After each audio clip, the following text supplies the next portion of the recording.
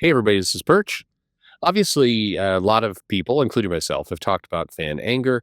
And another time I need to do a video, there was an article over on the beat where Heidi McDonald and Mark Wade, I think, was making some comments in around toxic fandom and kind of really it felt like drudging up a lot of stuff in the past and everything else. I think, for me at least, the summary of this entire kind of topic is that fans have to realize that there is a point where the shouting and the complaining crosses a line. And I don't think it's a really difficult idea. Several of you may be like raising an eyebrow right now, like, oh, are you? Is this anti-fan? No, it's like if you're a fan and you hate Star Wars and you say so, and you say so a billion times, that's a lot of times, but it's your right to say that.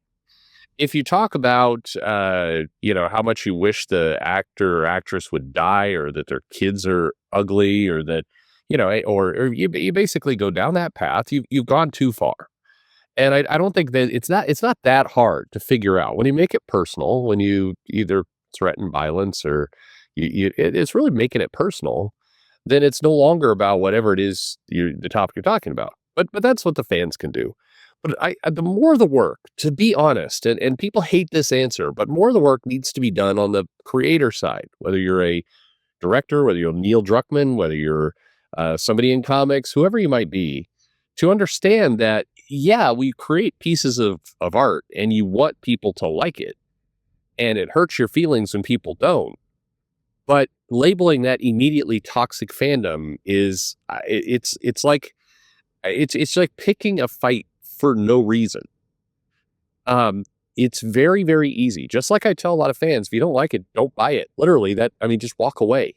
Don't give them your money. Don't keep fueling it.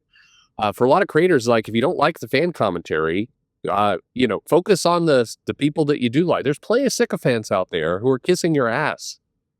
It's like, oh yeah, but they're review bombing Rotten Tomatoes. Okay. But here's a dirty secret that Rotten Tomatoes wouldn't want you to know. There is no real correlation, and this is proven with data. There's no real correlation between money and the Rotten Tomatoes score. There isn't. There a lot of people have looked at this. It doesn't map up.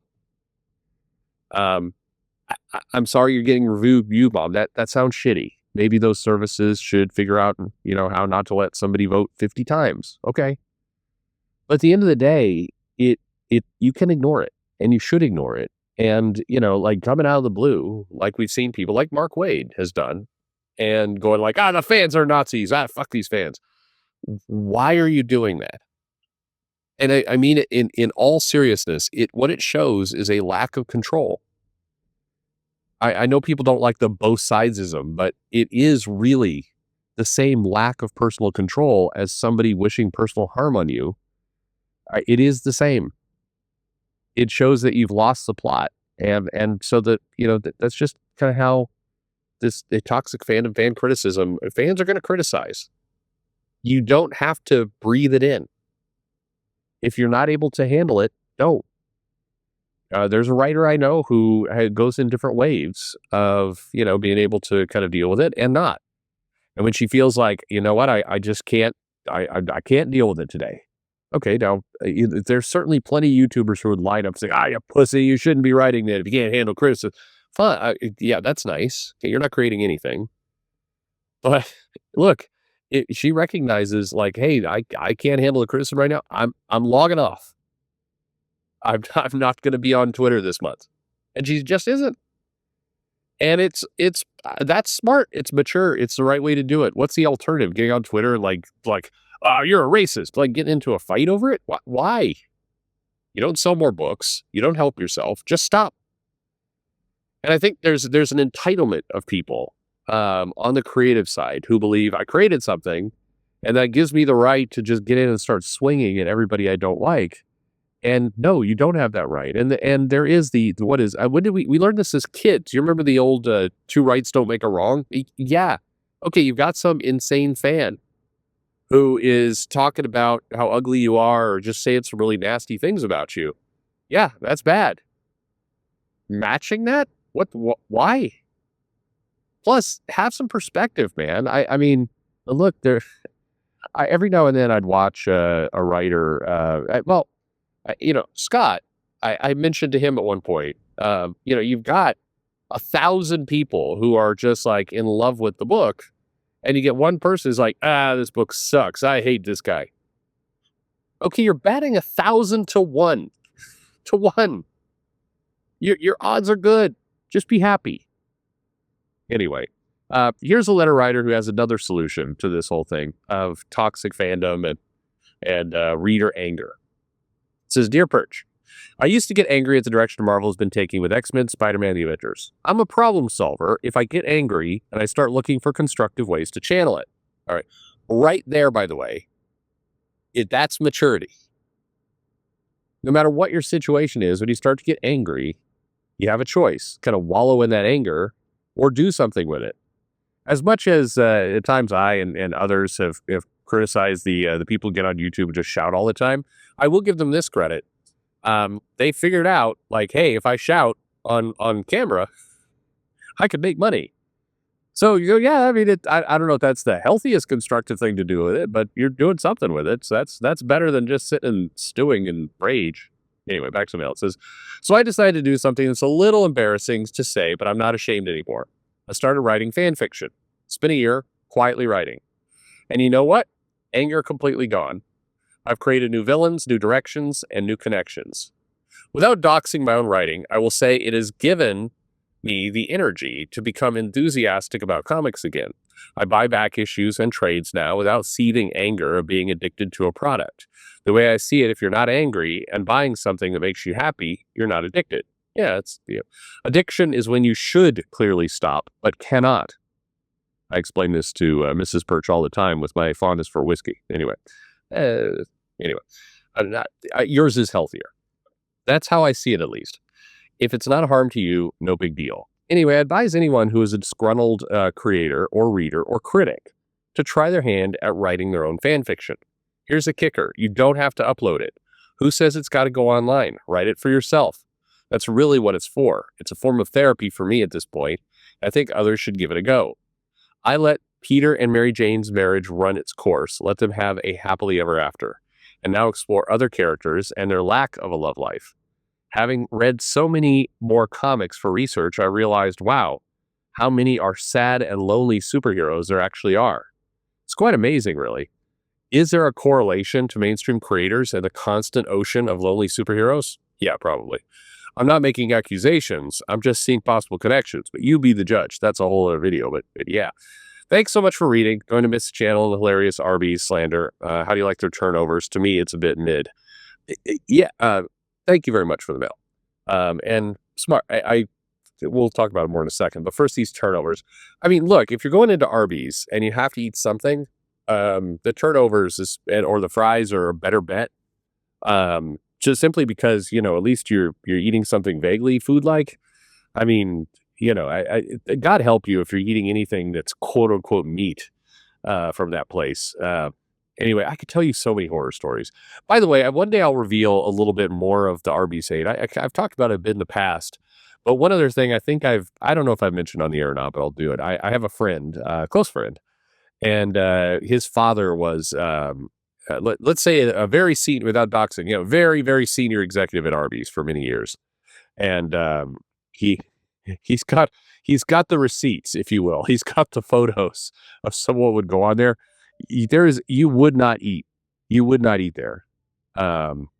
There's no way you would eat there if you'd seen even one of these photos. You just would not. I promise you. Anyway, as to your idea, look, it's a good idea. There's actually a interesting and somewhat famous example of somebody doing this in action. That's John Byrne. So John Byrne, a creator that I think, I've said on the air. I mean, John Byrne stiffed me on multiple occasions. One really kind of infamous one, where he was supposed to do a signing and didn't no-showed it. And despite that, when I give advice, like you can separate the artist, the art from the artist if you can. It's not always possible to do that. For many years, I couldn't. I love John Byrne. I read his X-Men run and the Dark Phoenix saga, like everybody's read that, and it's really awesome and it was good. And then I'm like, oh, and then I picked up the Fantastic Four run. And I started reading that, and holy shit, it was so good. It was so good. It was so good that even though he did some things I didn't care as much for, I thought She-Hulk was great. Namor, I was not as fond of, but I still loved it because John Byrne wrote it. And when he would do things like even covers for Secret Wars 2, I'd be like, ah, crap, I got to pick this up. There's no John Byrne on the inside. I remember feeling sad, how little I would realize where the future would go with cover artists being different from the interiors. Ha, ha, ha. Anyway, he went over to DC and he did his DC stuff, and a lot of my friends hated it. They just hated it. And today, the DC stuff, there's still a big, I won't say backlash, but people are like, you hear a lot of negative things. You remember just some of the videos I did with Joe. I need to do some more videos with Joe. You'll hear talk about him getting the Wonder Woman run and interrupting a good run and Doom Patrol and some of these other things. But I still loved it because I love John Byrne. And then he stiffed me at one point, and for years after that, I didn't. I couldn't do it anymore with him, and I was just pissed. And then eventually I'm like, you know what, I'm tired of being angry about this, and I went back to loving John Byrne stuff, and I do. And then he did the what is it, Everwin? Is that it? Anyway, he basically, despite all that, and he was a curmudgeonly guy. Like if you go see interviews, like he was not a pleasant person. There's that famous kind of Death of Superman clip where they're interviewing him in a con. He's like, big deal. I killed Superman and then brought him back to life in the same issue. And it's like, all right, thanks, John. But he was a guy who like burned an effigy of Jim Shooter at his yard when he was rolled out of Marvel. And I mean, there's like lots about John Byrne that's tough. And so he's not a well-loved person within comics from the creator standpoint. But he created amazing comics, and he created a lot of money for those companies. And love him or hate him, he is an awesome creator. Anyone who says otherwise is lying. Who's that dick? I forget the artist's name. What he's currently doing? Shit, I can't remember. Anyway, there's an artist who constantly picks fights with Byrne. I mean, Byrne's not on Twitter, so he's ignoring it. And for all I know, he's carried over to Blue Sky now, but he would constantly like, if I drew like John Byrne, I'd be fired. It's like, oh, fuck off, pal. Anyway, so I think John Byrne has been treated with a lot of disrespect. And he has reasons, maybe not when he was in comics, but certainly now he has lots of reasons to be bitter and hate comics because he hasn't been treated well in the aftermath, given what a legend he was and is. I'm sure that John Byrne has said many salty things on his forums and other stuff. But to his immense credit, Byrne channeled that, desire to do comics. He started making X-Men books of his own. And he just posted up the pages, and they're incredible. Like literally they are better than, in my mind, anything that's been published X-Men related in the last 20 years, probably longer than that. Like you have to go way, way back to get to the level of quality of these unfinished pages that Byrne is putting up. They're really good. I think it's Elsewin. It's Elsewin, I think is what it is. Maybe. Anyway. Go to the John, like today, if this is the first time you're hearing about it, I've done videos about this in the past, but go to Google, type in John Byrne forums, head on over there. It's kind of weird. It's very old school how those pages are posted, but go take a look. And they're going to print those soon. I think IDW is putting them together somewhere in an artist edition, but go look at this stuff because it is brilliant work. And in effect, he's doing your letter. He's basically taking this frustration that he has with comics in this industry, and he's making his own stories. He's basically doing fan fiction, and it's incredible. But you don't have to be John Byrne. You can do that, and it is helpful. It does give you some emotional detachment from whatever Marvel is doing, and you get the smug satisfaction in the back of your mind that you're a better writer than the people at Marvel. And that's not bad either, or DC, or whatever it happens to be. It's healthy. It does channel it into somewhere else, and like you said, you don't have to post it. But it's good. I'll give you a much easier version of this, or a simpler version. Right now, or, in the next couple days, you're going to see an article about something you hate. Nick Lowe's going to say some dumb fucking thing, and you're going to be annoyed with it. Or you're going to read, you're going to watch some YouTuber's review of Last of Us, and it's going to be, dumb, and you've got the kind of moon face girl, and you're just going to hate this stuff. And instead of kind of, going all in, sending money in super chats, whatever the hell you want to do with those videos, turn off YouTube, sit back, and just say, in my imagination here for the next 5 minutes or so, I'm going to write it better. How would you do it? And, your first instinct might be, nuke everything. But then after you get past that, like, how would you actually write it better? Just imagine your mind. You don't have to actually write down a single thing. Just imagine it. I promise you that, as you do that, at the end of the 5 minutes, 10 minutes, however long you take to kind of imagine this scenario, first off, if you have any kind of creativity, you're going to say, I'm going to spend 5 minutes doing this. You're going to wind up spending like 15, 20 because you're going to come up with good ideas and then your mind's going to want to see them through. But here's the kicker. You're going to feel good after. You're actually going to feel better. Just mentally, emotionally, you're going to feel like you did something and you accomplished something, and you're going to feel you're just going to be in a better mood. You're going to feel in control of this story and what's going on. You're going to feel power. Give it a shot. It's a great idea. It helps a lot.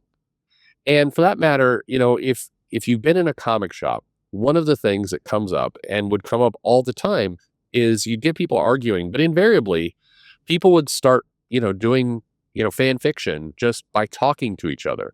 What if, and then the scenario would roll out. And in many cases, these conversations could spiral for hours as people got more and more and more into it. And somebody in the conversation would invariably go, hey, man, we should write for Marvel. We should start a comic company. You'll get somebody doing that because it's just fun. And so I think, it's I kind of where I started this video, toxic fandom. I mean, these are labels that more and more often people give fans when they want to put some kind of dark and kind of hated label on, something they don't like. In this case, fans criticizing their work, they can't take that critique. So it's toxic fandom. It's not just that the person has an opinion I don't like, it's that that person must be inherently evil and bad. That's certainly one way to do things. Another way is to do something more constructive. And something more constructive is putting you in a better headspace and being happy. And that's a good way to do it. So thank you very much for writing in the mail. I'm glad you went to that. If you've never heard of John Byrne's, I think it is Elsewin. Go take a look. It's awesome. I mean, at the very least, even if you're not a big fan of Byrne, you get to see the breakdown of pages, and it's just cool shit. I can't recommend it enough. There's other creators who do this, but rarely do you see a legit master. You have to be pretty disingenuous, I think, not to say that John Byrne is I'll say it a different way. I was getting all clunky with the words there. John Byrne is, to me, easily one of the top 10 creators in comics. Full stop. The amount of work he's done, the quality of work he's done, he was somebody who deserves if you're getting the creator, Mount Rushmore, you've got Kirby up there for sure. I think you have John Byrne up there. I mean, for me, I just think you're hard pressed. You may not be in your top 10, but you can't deny he did amazing work, and he's taken this advice. And maybe it's not so. Maybe there's something to it. Anyway, let me know your thoughts in the comments below, and thanks for listening.